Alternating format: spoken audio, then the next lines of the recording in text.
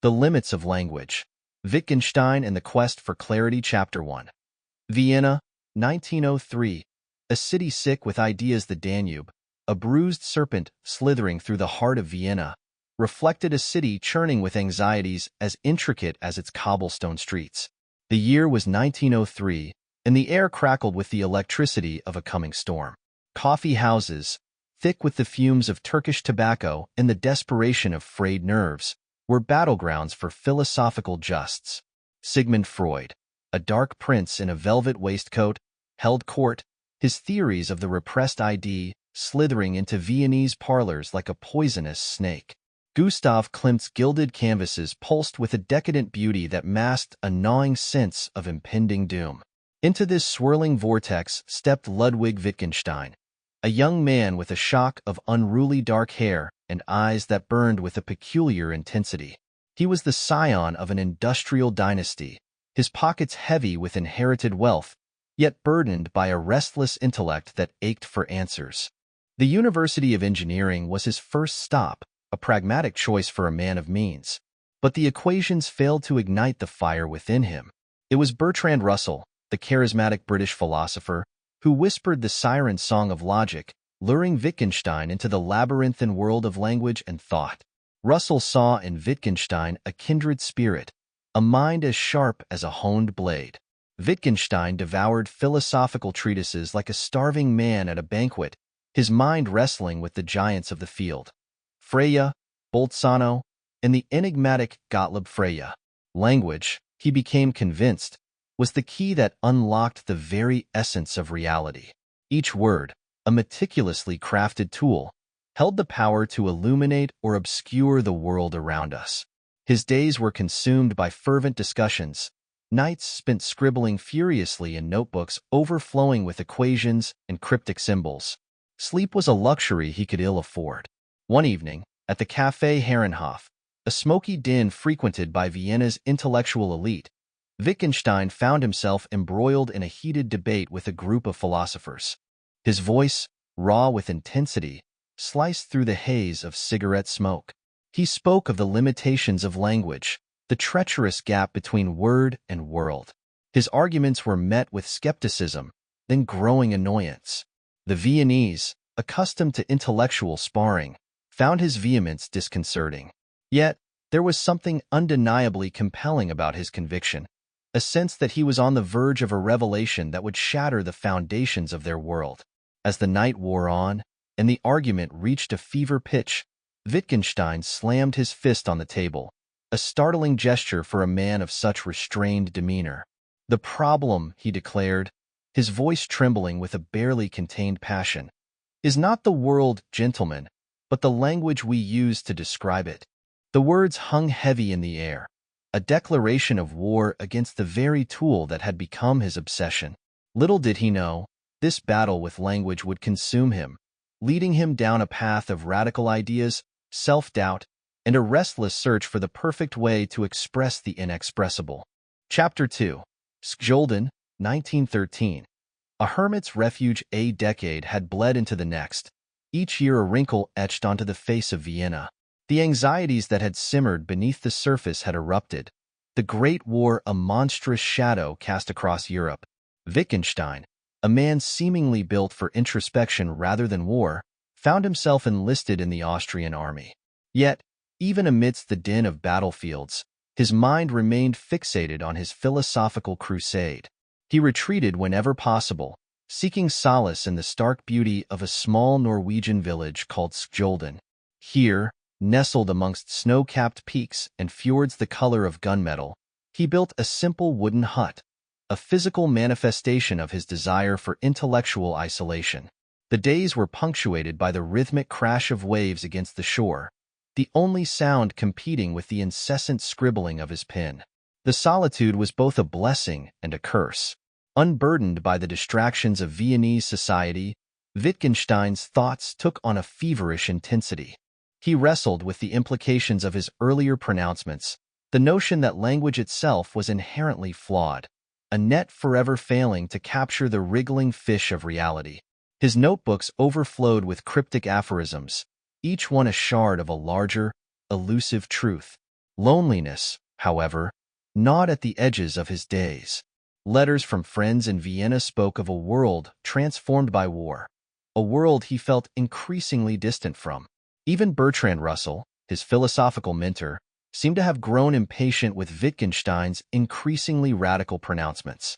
In their infrequent exchanges, a subtle tension crackled, a sense that their intellectual paths were diverging. One particularly frigid night, huddled by a crackling fire, Wittgenstein stumbled upon a revelation. It arrived not in a blaze of glory, but in a quiet epiphany. The very act of attempting to articulate the limits of language, he realized, was a paradox. Language itself was the tool he needed to dismantle the tool, a self-referential act teetering on the edge of meaninglessness. Despair threatened to engulf him, a sense that his entire philosophical project was built on a foundation of sand. Yet, amidst the desolation, a spark of defiance flickered. Perhaps, he thought, the solution lay not in constructing a perfect language, but in acknowledging the inherent limitations of the one we already possessed. The wind howled outside, a lonely echo of the storm brewing within him. As dawn painted the sky a bruised violet, Wittgenstein knew his work was far from over. The path ahead was shrouded in mist, but a new-found determination thrummed through him. He would wrestle with language, expose its flaws, and somehow, in the process, find a way to express the ineffable. Chapter 3, Cambridge, 1929. A Return with Reservations, Cambridge, 1929. The air hung heavy with the scent of pipe tobacco and tweed, a stark contrast to the crisp mountain air of Skjolden. Wittgenstein, a decade older, his face etched with the lines of solitary contemplation, returned to academia with a manuscript clutched tightly in his hand, the culmination of his years of intellectual exile. The book, titled Tractatus Logico-Philosophicus, was a dense and enigmatic work, a labyrinth of numbered propositions that aimed to map the relationship between language, thought, and the world. Bertrand Russell, now an established figure in Cambridge's philosophical circles, greeted his former student with a mixture of curiosity and trepidation. He had devoured the manuscript, his brow furrowed in concentration as he navigated Wittgenstein's complex arguments. There was brilliance in there, no doubt, but also a disconcerting sense of finality. Wittgenstein, Russell worried, had gone too far, attempting to restrict the very essence of philosophy with his rigid pronouncements about the limits of language. Their first meeting, held in Russell's sparsely furnished rooms, was a tense affair. Wittgenstein, ever the man of few words, spoke in clipped sentences, his eyes reflecting a nervous intensity. Russell, ever the diplomat, tried to bridge the gulf between them, to tease out the implications of the Tractatus. But the conversation kept circling back to the same point, the question of whether language could ever truly capture the essence of reality. Wittgenstein, with the zeal of a convert, argued that most philosophical problems arose from a misunderstanding of how language functioned. Propositions, he insisted, could only depict facts, not express truths beyond the realm of logic. The mystical, the ethical, the very essence of human experience, all lay outside the boundaries of meaningful language. Russell, a pragmatist at heart, pushed back. Surely, he argued, language could be used for more than just depicting cold, hard facts. It could evoke emotions, inspire action, and nudge us towards a deeper understanding of ourselves and the world around us. The debate raged on, punctuated by long silences and the occasional exasperated sigh. It was a clash of titans, two brilliant minds wrestling with the very nature of thought and communication. As the hours bled into evening, a sense of exhaustion settled over them. Despite their disagreement, a grudging respect remained. Wittgenstein, for all his intensity, possessed an undeniable clarity of thought. Russell, for all his skepticism, recognized the originality of his students' ideas. The Tractatus would go on to become a landmark text in the history of philosophy, sparking both fervent support and bitter criticism. But for Wittgenstein, the publication marked a turning point. He had exorcised his demons, laid out his grand theory, and in doing so, felt a strange sense of liberation. The world of academia, however, no longer held the same allure. There were new questions brewing within him, a gnawing suspicion that the Tractatus might be, after all, just another step on his philosophical odyssey. Chapter 4, Vienna, 1931. A City of Doubts. Vienna, 1931. The city that had once pulsed with intellectual fervor now seemed shrouded in a pall of disillusionment. The war had left its scars, a gnawing sense of loss and uncertainty clinging to the cobblestone streets. Wittgenstein, returning after years of self-imposed exile, found himself a stranger in his own hometown. He moved into a modest apartment, a stark contrast to the opulent surroundings of his youth. His days were spent in a state of restless introspection. The Tractatus felt like a completed puzzle, its once gleaming solutions now appearing brittle and incomplete. Doubts, like unwelcome guests, had begun to creep into his mind. Had he, in his quest for clarity, sacrificed too much? Did language, after all, have a role beyond the rigid confines he had outlined? He sought solace in the company of a small group of students, drawn in by the enigmatic aura that surrounded him. Meetings were held in his sparsely furnished apartment, the air thick with cigarette smoke and the intensity of philosophical discourse. Unlike the grand pronouncements of the Tractatus, his words now carried a tentative quality, as if he were testing them out on himself before committing them to paper. One particular evening, a young woman named Alice Ambrose, a student with a keen intellect and a thirst for knowledge, challenged him on his earlier ideas. "But Mr. Wittgenstein," she argued, her voice trembling slightly with nervous excitement, "doesn't language also shape the way we think about the world?" Wittgenstein, taken aback by her boldness, paused for a long moment, his brow furrowed in concentration. The question resonated within him, a seed planted in the fertile ground of his doubt. Perhaps, he conceded slowly, language did play a more active role than he had previously given it credit for. Words, he mused, could be tools not just for depicting, but also for shaping our understanding of reality. The conversation flowed on, a dance of ideas that stretched late into the night. In Alice's inquisitiveness, Wittgenstein saw a reflection of his own youthful zeal. He began to see the limitations of his solitary approach, the need for a more collaborative exploration of language's complexities. As dawn painted the Viennese sky a pale lavender, a sense of renewed purpose flickered within him. The Tractatus might have been a closed book, but the conversation, he realized, was far from over. There were new questions to be asked, new paths to be explored. The intellectual odyssey, however much it had changed direction, was far from over. Chapter 5, Horseshoe Bay, 1936. A Teacher and a Trout. Horseshoe Bay, 1936. A world away from the bustling cafes of Vienna, Wittgenstein found himself perched on a rocky outcrop overlooking a Scottish loch. The air, crisp with the scent of pine needles and damp earth, carried the rhythmic whoosh of water cascading down a nearby waterfall. He was here on a teaching assignment, a guest lecturer at a small, remote university. The students, a motley crew of earnest young men and women, found him an enigmatic figure. His lectures, delivered in a clipped Austrian accent, were a far cry from the traditional philosophical discourse. He spoke less of grand theories and more of the everyday use of language, the way seemingly simple words like know or understand could carry a multitude of meanings depending on the context. One afternoon, after a particularly heated discussion on the nature of following a rule, Wittgenstein excused himself and headed for the loch. Fishing, a solitary pursuit he had picked up during his Norwegian sojourn, offered a welcome respite from the demands of academic life. As he cast his line into the shimmering water, his mind continued to grapple with the morning's debate. The concept of following a rule, once seemingly straightforward, now appeared riddled with complexities. How, he pondered, could a rule be truly followed without some element of interpretation, some intuitive grasp of its meaning beyond the mere written words? The analogy of a trout rising to a fly, flitting just out of reach, flickered across his mind. The fish, he realized, doesn't follow a set of instructions laid out on the water's surface. It reacts, adapts, based on instinct and experience. This realization sparked a connection. Perhaps, he thought, Following a rule was more like the angler's dance with the trout, a constant interplay between the written word and the lived experience.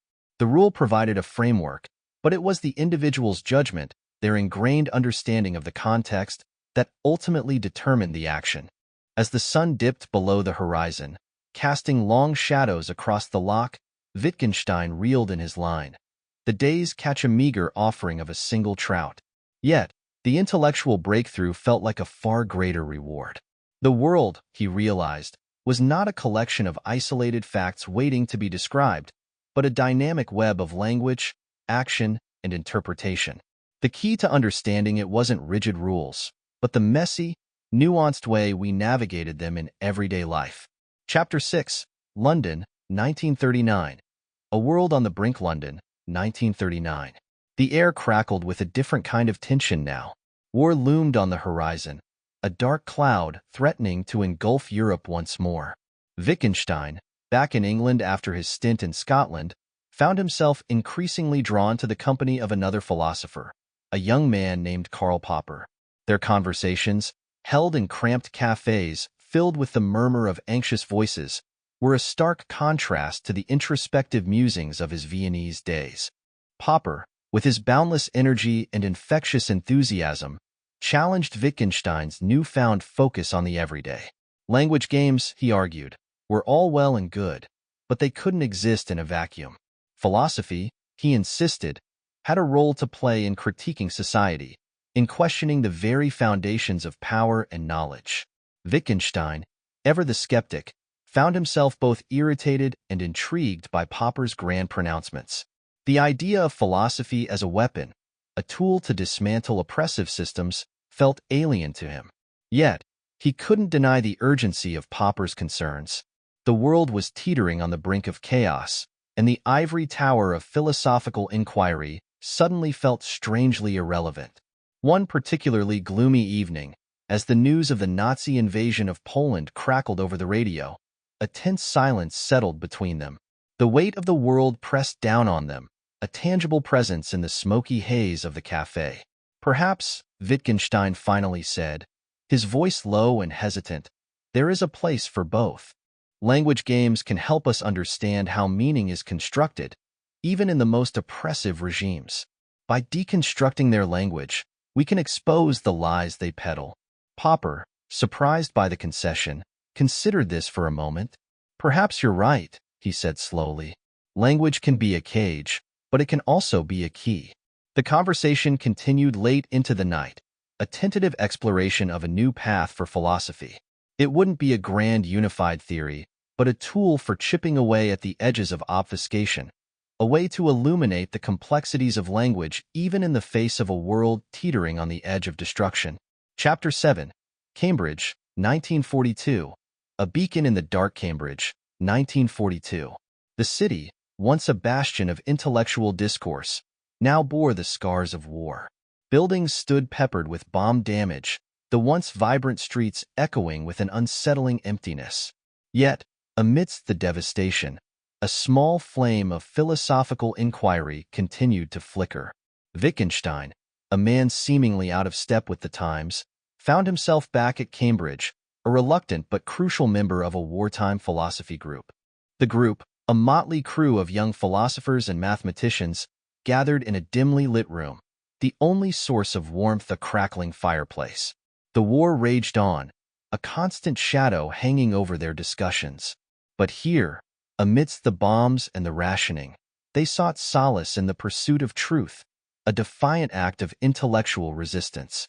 Wittgenstein, older now, his face etched with the lines of a life lived in contemplation, found himself drawn to the group's youthful energy. He challenged their assumptions, questioned their methods, all the while offering his own evolving ideas on the nature of meaning. Language games, once a solitary pursuit, became a shared exploration. They dissected everyday phrases, jokes, riddles, each a microcosm of the way language functioned in the real world. One evening, a young woman named Elizabeth Anscombe, a rising star in the philosophy department, brought up a question that had been gnawing at her. "But Mr. Wittgenstein," she asked, her voice earnest, "how can language games account for morality? Surely, There's more to right and wrong than just following a set of rules. Wittgenstein, taken aback by the directness of the question, paused for a long moment. Morality, he admitted, had always been a blind spot for him. Yet, he argued, perhaps it wasn't a separate realm altogether, but rather an aspect of how we used language within our communities. Words like good and evil weren't mere labels, but expressions of shared values, woven into the fabric of our social interactions. The discussion that followed was lively, a heated exchange of ideas that stretched late into the night. Wittgenstein, ever the gadfly, refused to offer easy answers. But in challenging their assumptions, in forcing them to grapple with the complexities of language, he ignited a spark of critical thinking within them. As the embers in the fireplace died down, casting long shadows across the room, a sense of purpose settled over the group. The war might be raging outside, but within these walls, they were building something different, a space for questioning, for intellectual exploration, a testament to the enduring power of ideas even in the darkest of times. Chapter 8, County Clare, 1945. A Man in the Sea. County Clare, 1945. The war had finally sputtered to a close, leaving behind a world weary and bruised. Wittgenstein, seeking solace in the rugged beauty of the Irish coast, rented a small cottage overlooking a churning sea. The rhythmic crash of waves against the cliffs provided a constant soundtrack to his days, a stark counterpoint to the cacophony of the world he had left behind. Here, in solitude, he wrestled with his philosophical demons.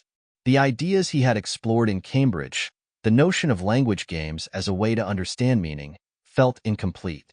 They spoke to the way we used language in everyday life, but they didn't address the more profound questions that gnawed at him. The nature of consciousness, the possibility of religious belief, the very essence of human existence. One particularly stormy afternoon, as the wind howled around the cottage and rain lashed against the window panes, Wittgenstein picked up a worn copy of Dostoevsky's Brothers Karamazov. He had always been drawn to the Russian author's exploration of the human condition, the way his characters grappled with existential questions in the face of an indifferent universe. As he delved into the text, a passage jumped out at him, the words echoing in the storm-racked silence.